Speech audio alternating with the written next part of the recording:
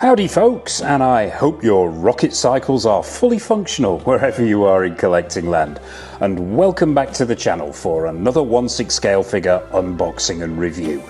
And today it's the turn of Big Chief Studios' take on Max Von Sydow as Ming The Merciless from the 1980 Mike Hodges directed cult movie Flash Gordon.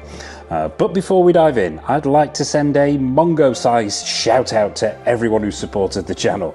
And please drop a like on the wrist reviews, it helps other people find Go Figure.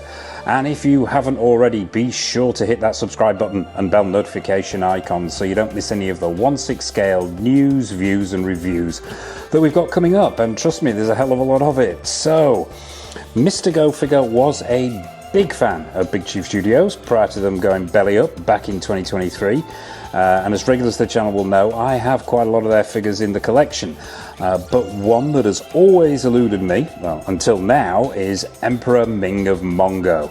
I didn't get the movie back in 1980, the same way I didn't get the 66 Batman TV show. It all seemed a little too cheap, a little too campy, a little too silly. Well, at least for this moody teenager anyway. But put a few years on me and the penny dropped, and now I love them for the same reasons I hated them when I was younger. But enough of my rambling reminiscences, onto the box. Let's stop it from spinning and have a quick look at it. And I've got to say, the presentation here is impeccable from Big Chief Studios. This is a brand new figure. It was released back in 2020, but I managed to pick one up off eBay, brand new, that didn't cost the price of a remortgage. And the presentation here is phenomenally good, I think. I have the Peaky Blinders figures and several other figures from Big Chief, most notably the James Bond line, and the presentation is always impeccable, and they haven't missed here. This box is great. I love it. Super high gloss, super bold, that colour scheme in keeping with the movie itself. It's a shoebox design. What you've got on the front are these two flashes, and then there's a hole underneath here. And this is actually a picture of the figure itself, which is on the slip cover on the inside of the box, which we'll take a look at. It says Flash Gordon across the front there in the logo from the movie. Collector's Series, limited edition, Big Chief Studios logo in the middle. And it's all super high gloss. You've got these reds, these yellows. These yellows may be coming off as green on this camera. For some reason the 4K wants to pick it up as green, but it does have green highlights in it, and it's just beautifully done. On the side there it says Flash Gordon, 40th anniversary. Again, that flash is carried on around the side there. Pretty similar on the right hand side as well. On the top you've just got the Flash Gordon symbol, fingerprint magnet as well, this box. On the bottom you have all the credits and warnings there. Don't piss this figure off, or it may have to dispatch War Rocket Ajax to bring back your body. And also as well, limited edition, so it's numbered. This is 128 of 1,000 worldwide. Around the back you have a picture of the figure itself, once again super high gloss, super reflective, description of the film, description of Big Chief Studios, and a couple of the other figures that came in this line. The two Flash Gordon figures. You've got the Savior of the Universe version with the vest and sword, and the King of the Impossible, where he's playing American football. I haven't got either of these figures in the collection because for some reason I think the head sculpts are off. Those Sam Jones head sculpts don't work for me, and also the fact that I'm not awfully keen on the articulation in the body there, the exposed articulation. However, the Ming The Merciless figure is a different story altogether. But let's just get that turntable out of the way and just take a quick look inside. When you remove the top of the box, you are greeted with that slipcover, as I mentioned, really nicely done. And what it consists of are several pictures, several very, very well taken pictures of the figure itself, looking fantastic there. And around the other side you've got this sort of Mongo backdrop, the throne room backdrop. So if you're wanting to use that for photography or for the display, you can do. Not something I tend to use, but it's a nice inclusion, and we'll put that to one side. Obviously underneath that you get the clear plastic clamshells with the figure inside, and continued on the side here, more credits of the people involved in the production of this figure, and more descriptions of the other figures as well, specifications. That's your lot. So that is the box, and I've got to say, marvellously presented it is. So without further ado, let's drag the Emperor Ming out of his box for the first time for 5 years. Let's dive down onto the table and have a look at all the accessories that come with the figure.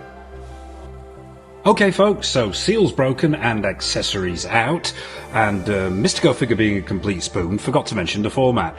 It's the usual format folks. We'll be looking at the box, which we've already done, then the accessories, then the figure itself, and wrapping the whole thing up with a showcase at the end. But the accessories, what do you get? Not a vast amount, to be honest, but it's not one of those accessories heavy figures.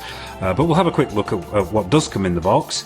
We'll get the mundane stuff out of the way first. You get a set of instructions about how to install the batteries in the base here. It has the usual Big Chief Studios light up function, so nice inclusion.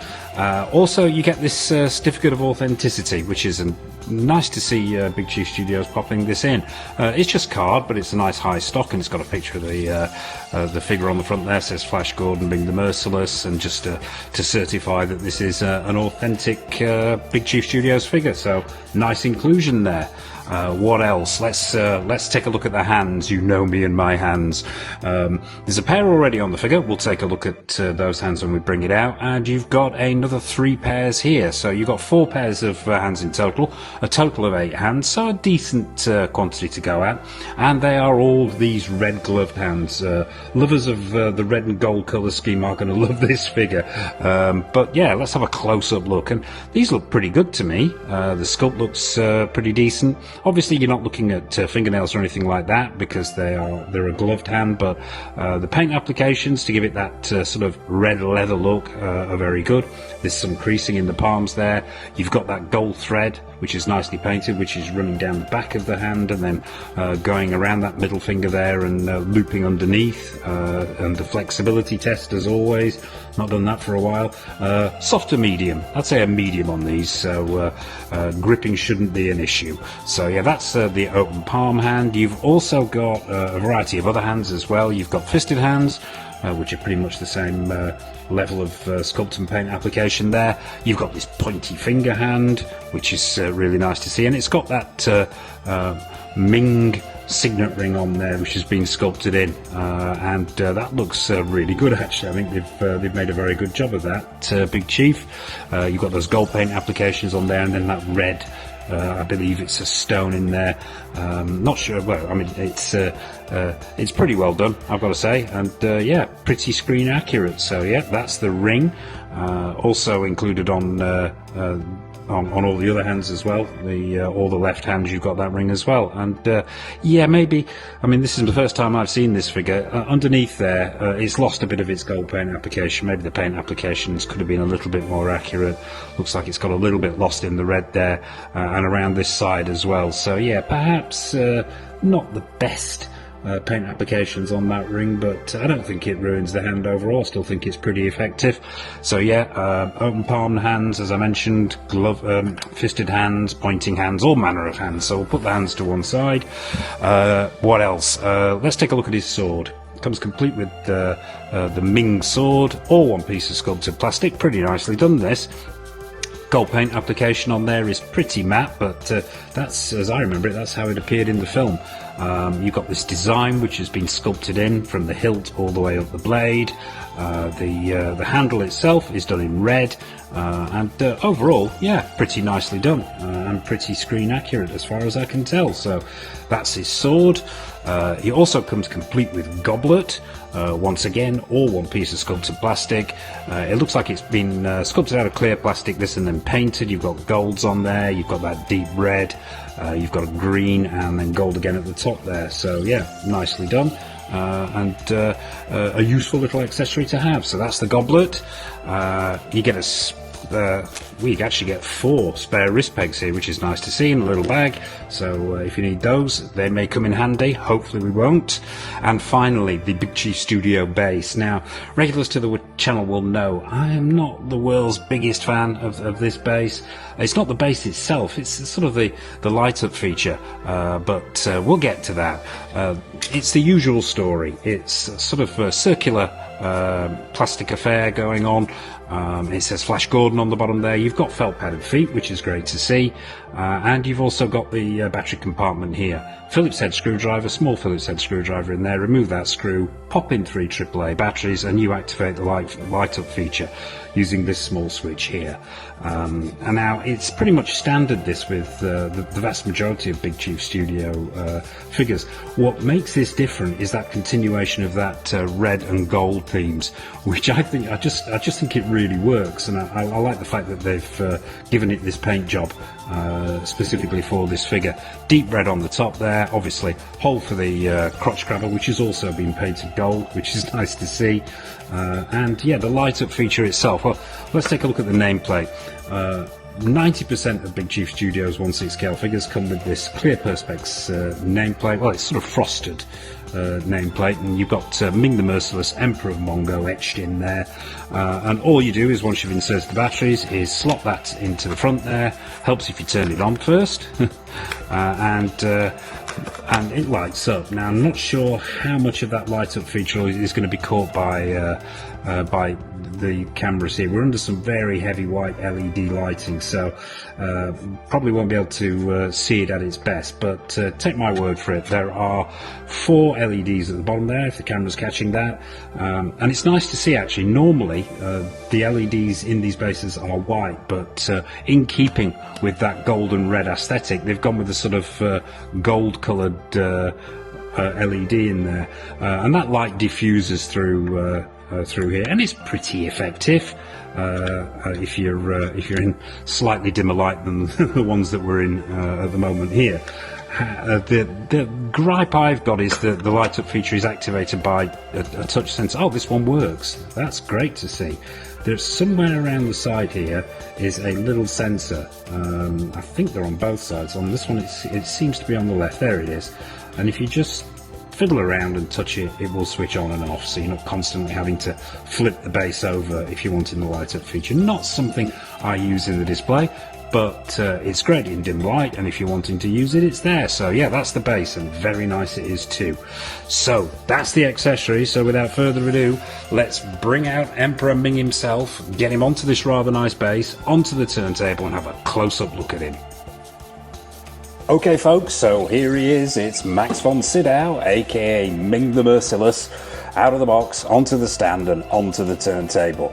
And first impressions, well, I can't give first impressions without telling you a little bit of the background on this. As I mentioned at the top there, unfortunately I slept on this figure when it was first released by Big Chief Studios about 3 or 4 years ago, and I have been on the hunt for it for a long time, so I know quite a lot about it. I've looked at videos and photos, and to finally have it in hand though is something else. I think it is a stunning piece of work here from Big Chief Studios. First impressions are phenomenal, even though I knew what to expect. Having it in hand, well, I'm blown away. I really am. Even 3 or 4 years down the line, I still think this is a superb piece of work.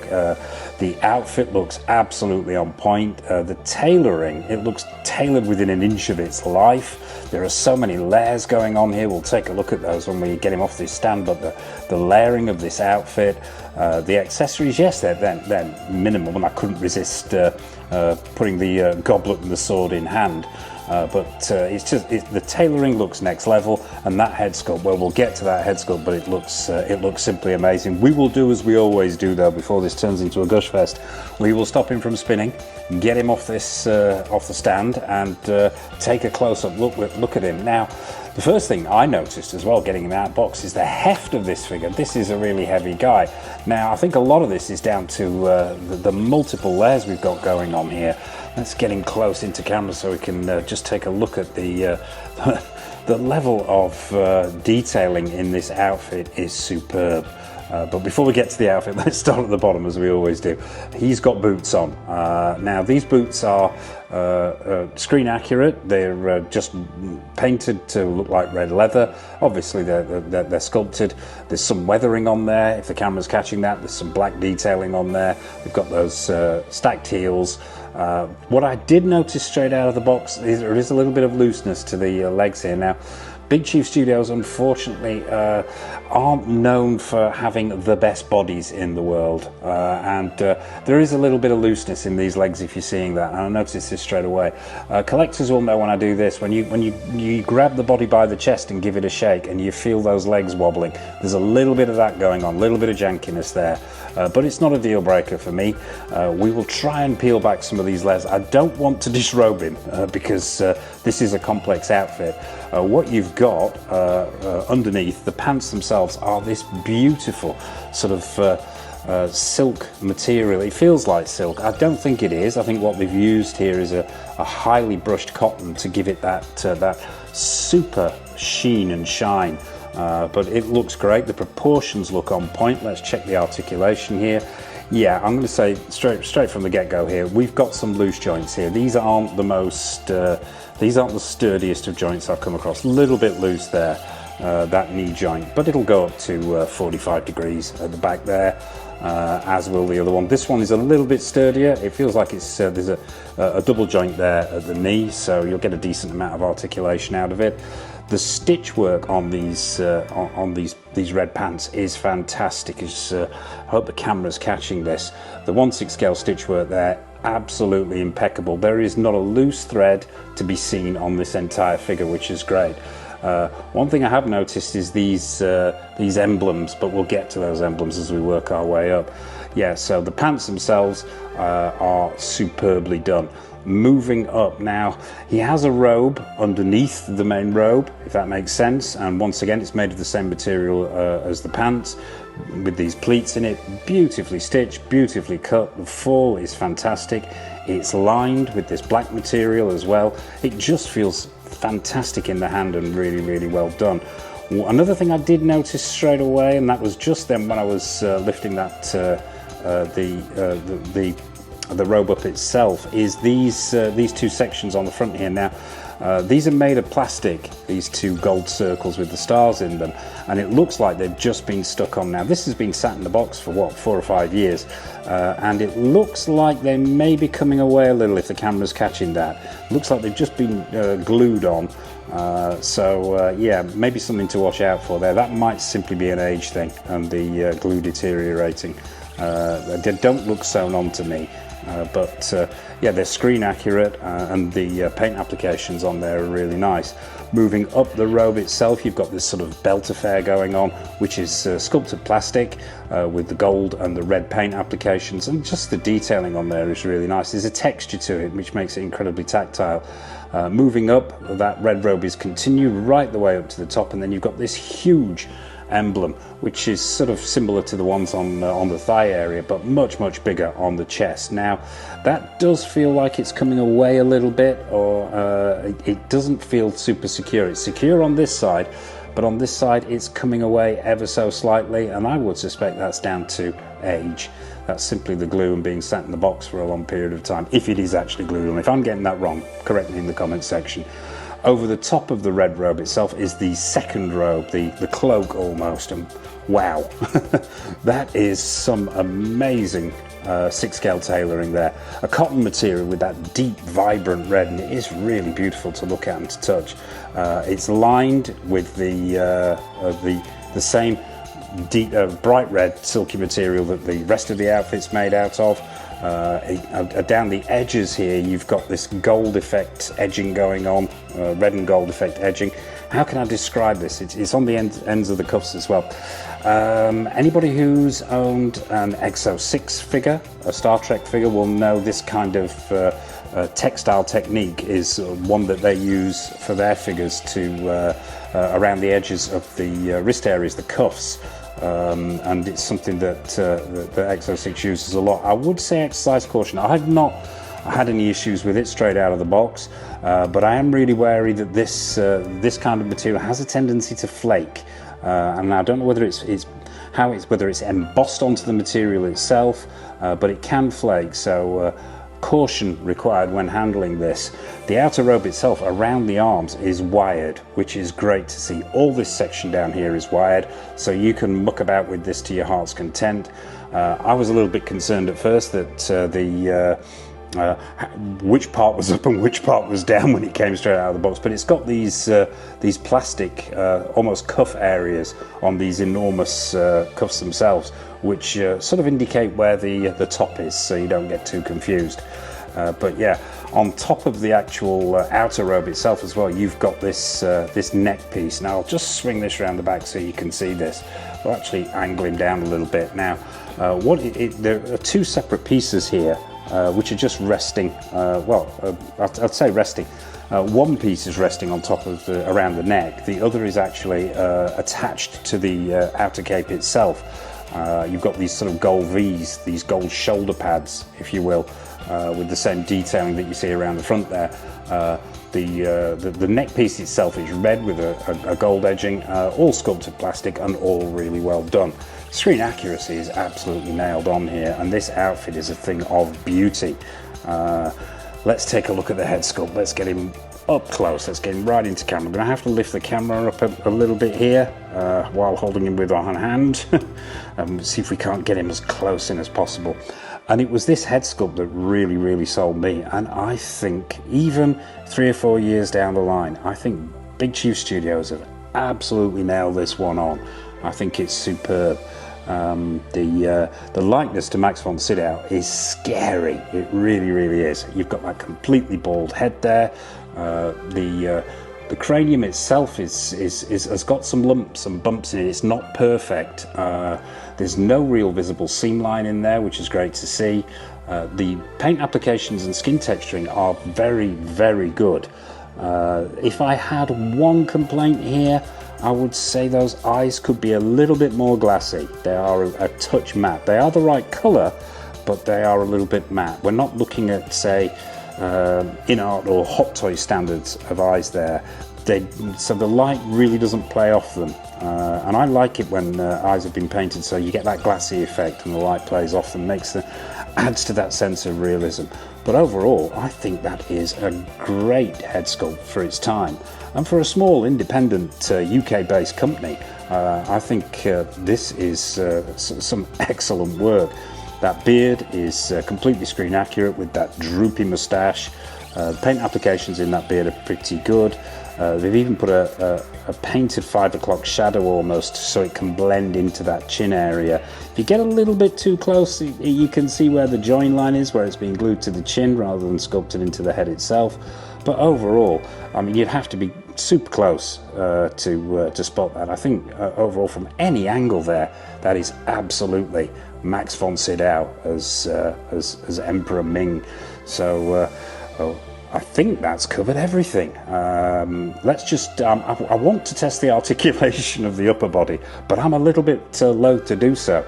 I don't want to push it too much. Now, the articulation in the arms is pretty good. It's not as loose as the legs there. You've got a butterfly joint at the shoulder area. You've got a double joint at the arm there. So you've got pretty much a full range of motion in those arms depending on the pose that you're going for. So articulation is good. I'm going to attempt a waist swivel here, which is everybody hold your breath as my heart skips a beat.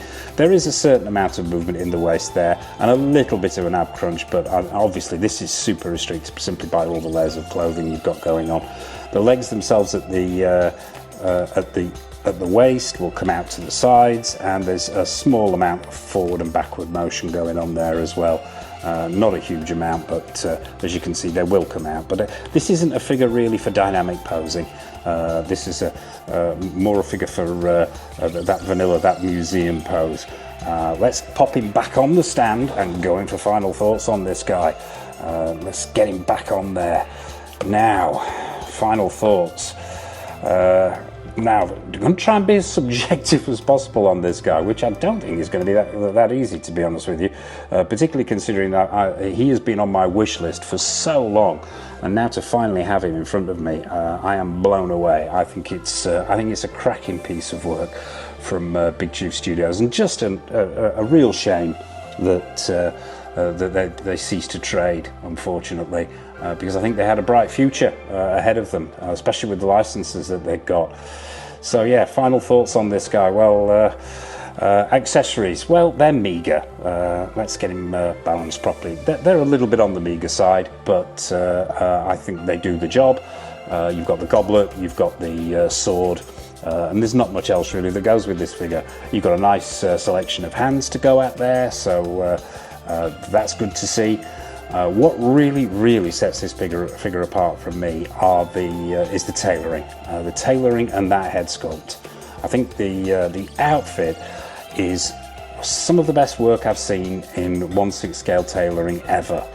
Yes, the way some of these emblems are attached could be ever so slightly better. They may require a little bit of attention. That could be an age thing.